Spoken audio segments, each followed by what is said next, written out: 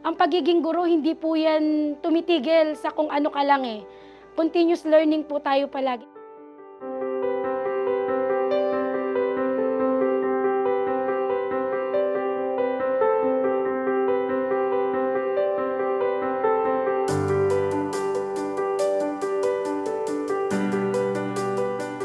Dito po sa ECCD, sa aming mga Child Development Center, ang pagkatuto po ng bata dito is based on their experience. Natututo sila habang naglalaro, naka-play base po kami dito. Hinahayaan namin sila na mag-explore.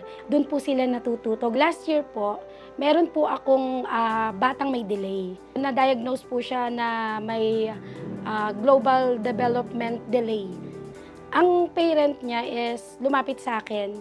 Sinabi niya, "Ma'am, tumatanggap po ba kayo ng batang may special needs?" Hindi po namin tinatanggihan yan. Kasama po sila. After po nung the whole year na duration ng bata dito, bumalik po yung nanay. Natutuwa ako kasi yung bata, nakakapagsalita na po siya. Malaki ang may tutulong ng ECCD, lalo na kung maibibigay talaga natin ang lahat ng suporta sa mga batang pumapasok dito. Sila yung mga future senator natin. Ang foundation po palagi is nasa ECCD para makapag-produce tayo ng kabataan na maganda po ang future.